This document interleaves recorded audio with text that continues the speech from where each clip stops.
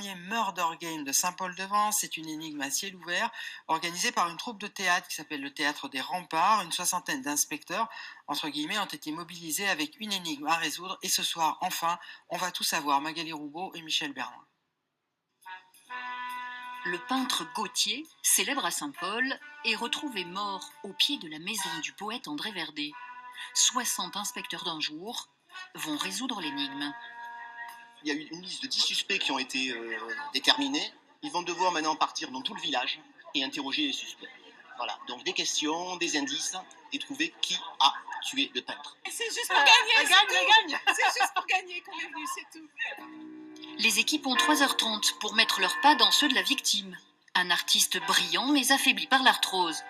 Dans la galerie du peintre, une des comédiennes raconte « Elle a été victime d'une agression par un jeune homme qui réclamait de l'argent le matin même du crime. » Il doit de l'argent à ma mère. Donc en fait, il voulait prendre une toile. Non mais c'est n'importe quoi. Franchement, c'est pas vraiment. Ouais, franchement, il joue super bien. C'est super bien.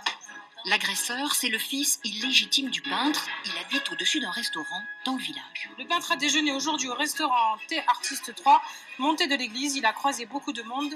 Dès à présent, elle a interrogé le propriétaire du lieu. Sur place, nouvel indice pour les équipes avec une autre comédienne, herboriste 6 heures.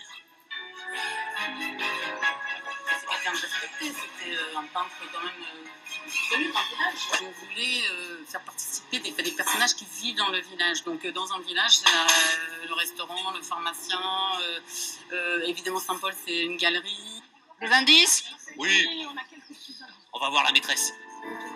Transposer les escape games, jeux de résolution d'énigmes virtuelles venus du Japon dans la réalité d'un village, le défi a marché. Au fil des ruelles et des indices, les raisons de la chute et de la mort du peintre se dessinent. Est-ce qu'on lui a donné l'atropine à son insu, donc il y a des chances. Il n'y a pas une, mais 2 équipes gagnantes. C'est la restauratrice, elle aussi malmenée par son père, qui a aidé le fils illégitime qui le détestait à l'empoisonner. Une cure de tisane à l'atropine, un malaise et une chute ont été fatales. Le peintre Gautier est mort, enfin pas tout à fait.